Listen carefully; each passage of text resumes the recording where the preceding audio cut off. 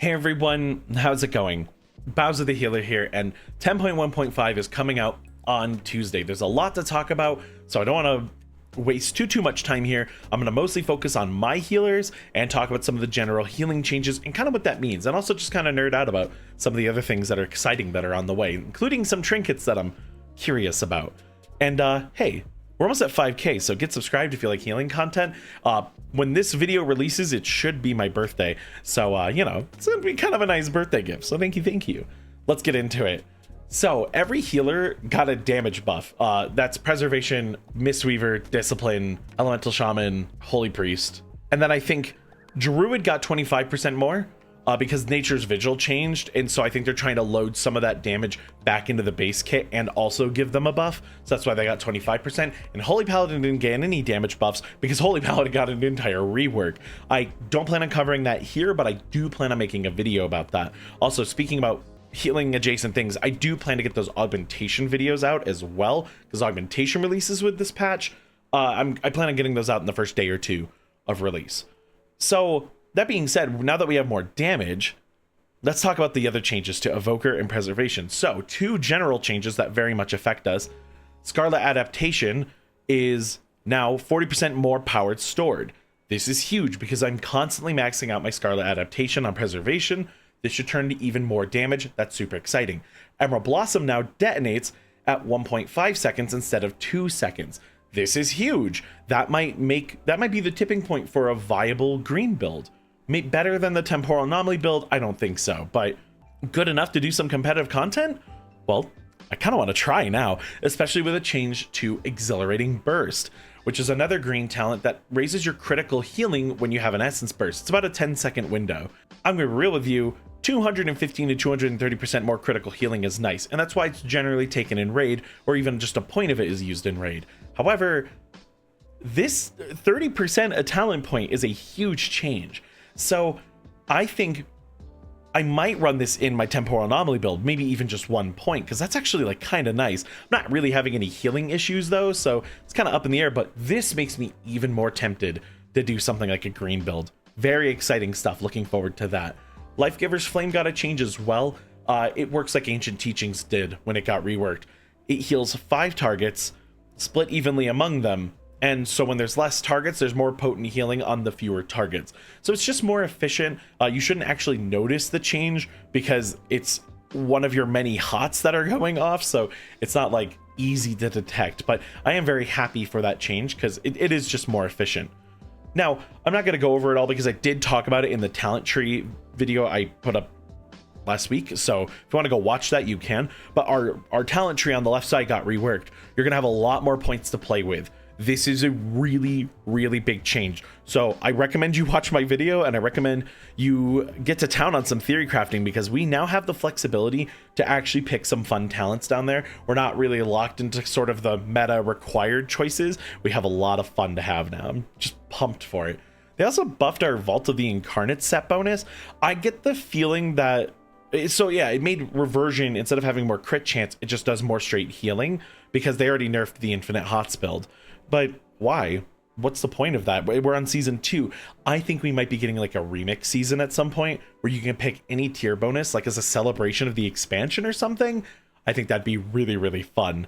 So if that's the case, I'm looking forward to it. But Augmentation's also getting a Vault of the Incarnates tier set, and they weren't even released for that content. So I'm curious what they're cooking.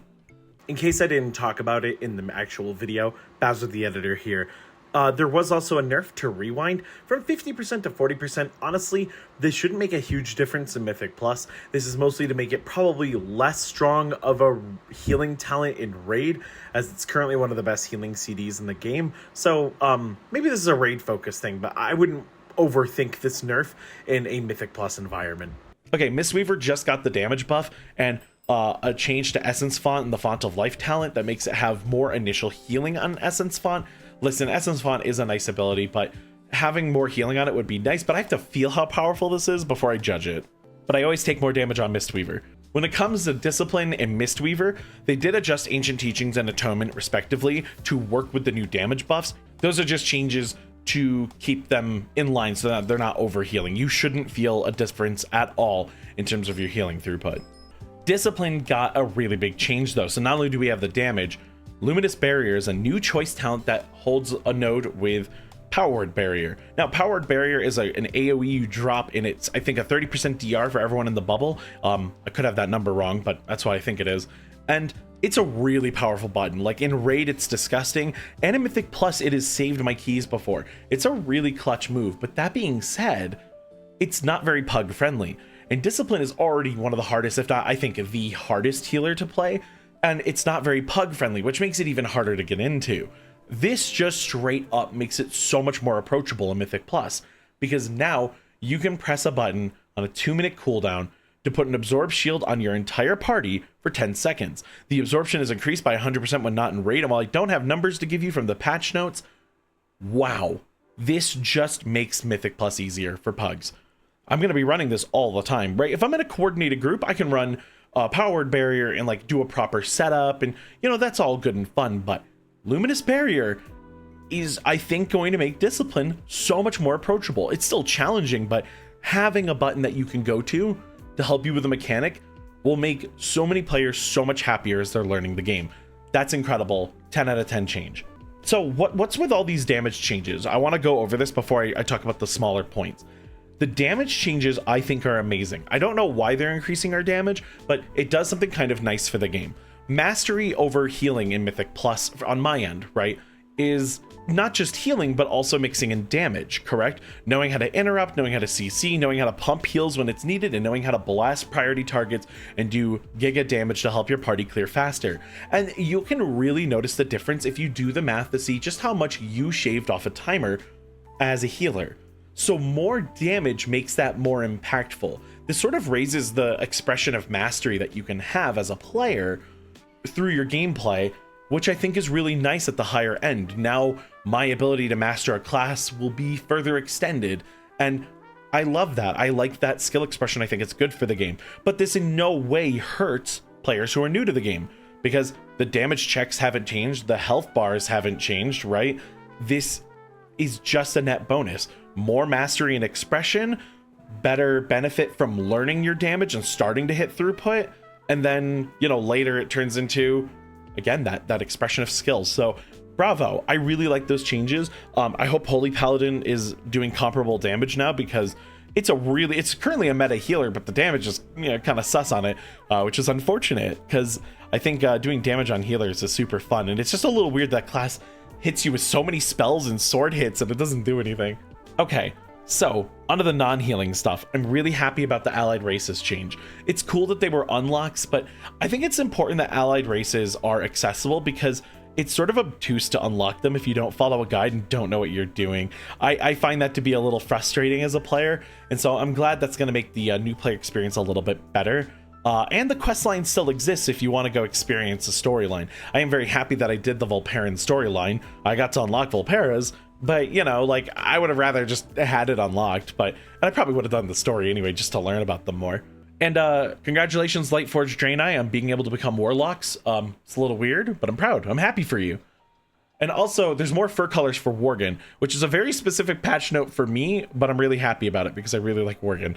Okay, so this mega dungeon, I want to talk about the trinkets here, and then I want to talk about my feelings about the dungeon. So, oh, forgive me. This is another one of those can I pronounce it moments.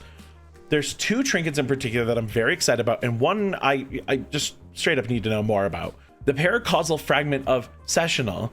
Your healing has a low chance to manifest a sapling of life. It does 10,000 something healing over time, split among you and your allies for 15 seconds. However, it dies. But if you heal it up, it can go all the way to 30 seconds of healing. If the upkeep isn't rough on this, it should be a really fun trinket. I'm not sure if the value will be worth it, but the item level we're looking at for the tooltips is 402. So at 447, maybe this is actually quite good. So it's all about proc rate, and it's all about how hard it is to keep that sapling upright. But I am curious. This also would suck if, like, the sapling could steal your ancient teaching healing over, like, your party members. Like, that'd be really weird. Then we have the Paracausal Fragment of Valinir. Your healing spells have a chance to grant you Blessing of Eternal Kings for 15 seconds, allowing your heals to shield the target up to 10 times. For 10,000 damage, the shield lasts for 8 seconds. Okay, if the maximum is 10,000 damage, I don't like this at all. This is going to be a really annoying trinket to get because you wish it was better. If it lets me stack 10,000 damage shields, oh my god, that's amazing. I really like this. I think this will be a really good healing trinket. This and a Rashox are going to put in so much work. Well, it's going to be hard for me to give up my Ward of the Faceless Ire in high keys because I really like that trinket.